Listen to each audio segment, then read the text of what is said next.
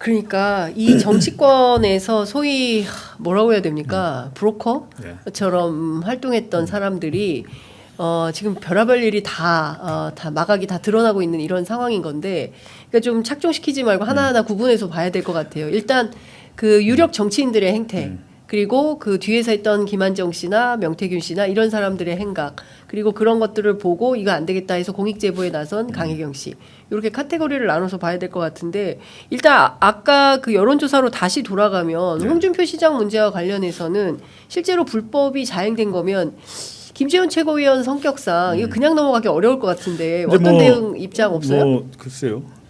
저랑은 통화한 건 오프 더 레코드로 해달라 그래서 제가 자세히 말씀은 안 드리겠습니다만 많이 열 받겠죠. 많이 열 받았다. 본인 많이 열 받는데, 왜냐면 그때 당시 홍준표 시장이 계속 컷오프 됐잖아요. 예. 국회의원 이제 그때는 저기구나. 대선 끝나고. 그러니까 제가 볼 땐 본인은 좀 몸을 낮추러 일부러 간 것 같아요. 그죠?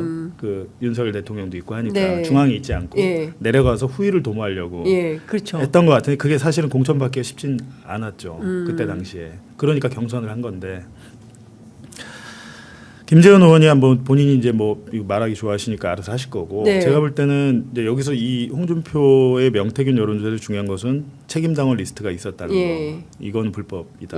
그리고 두 번째는 여론조사 비용은 대부분 납부가 됐다고 해요. 돈은 줬어요 이번에는. 근데 문제는 여론조사 비용을 캠프에서 공식적으로 의뢰하지도 않았고, 만약 캠프 관계자가 있으면 캠프에서 의뢰했다고 볼 수도 있죠. 근데 어찌됐든 그걸 대납했습니다.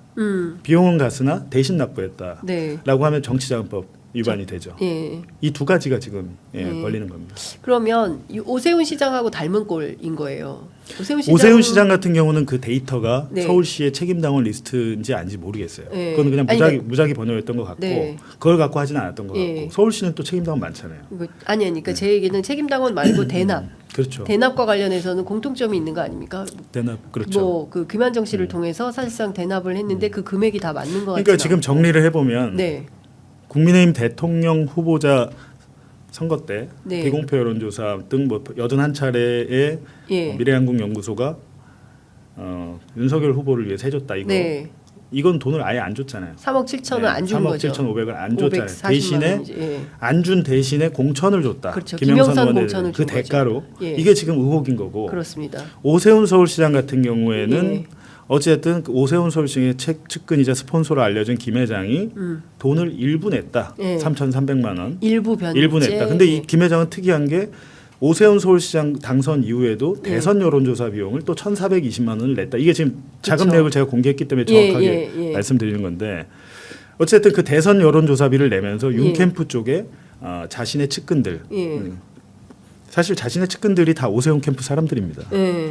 윤석열 캠프에 넣어달라는 얘기를 했다. 이게 이제 녹음 파일이 있는 거고, 그 목적이 이제 밝혀진 거고. 이번에 이제 홍준표 시장 같은 경우는 여태까지 보이지 않는 하나의 패턴은 책임당원 리스트가 있었다. 책임당원 리스트가 있었고, 비용도 제3자가 대납을 했다라는 거고. 조은 의원 같은 경우는 서초갑에서 그때는 안심번호를 안심번호, 그러니까 서초구의 책임당원들의 안심번호 리스트가 명태균한테 건너갔고 그걸로 여론조사를 돌렸다라는 겁니다. 그때도 경선이 있었잖아요. 근데 이제 그때는 안심번호였지만 이번에는 이제 어떻게 보면 여태까지 나온 것 중에 가장 확실한 게 책임당원 리스트가 있었다. 44,000명. 그렇죠. 조은희 의원 같은 경우에는 두 가지 의혹이 더 있는데, 하나는 남편이 그 유력한 변호사인데 그 최은순 씨의 장모 무죄 판결이 있고 난 후에 사실은 조금 어려웠는데 이분이 경선에 뛰어들 수 있게 됐고, 전체 그 현역 감점이 20%인데 그걸 5%로 낮췄다. 그렇게 해서 사실상 조은희에게 유리한 구도를 만들었다. 이런 내용들까지 포함이 좀 되는 것 같습니다. 그러니까 쭉 요약을 해보면 일관성이 있어요. 첫 번째는 불법이라는 거고요. 두 번째는 남이 대신 내주는 대납 과정이 있었다는 것이고, 그리고 뭔가 대가가 있었다라는 것들이 이제 확인이 좀 되는 겁니다. 민주적인 정당이라면 도저히 용납할 수 없는 그런 불법 부정행위가 통용됐던 선거 때마다 그랬던 거 아닌가라는 의혹이 가능한 건데, 오늘 추가하는 내용은 그 인물이 직접 나오고 또 어떤 내용이 더 추가로 보도가 되는 겁니까? 오늘부터는 홍준표 시장이 쭉 나오는 건가요?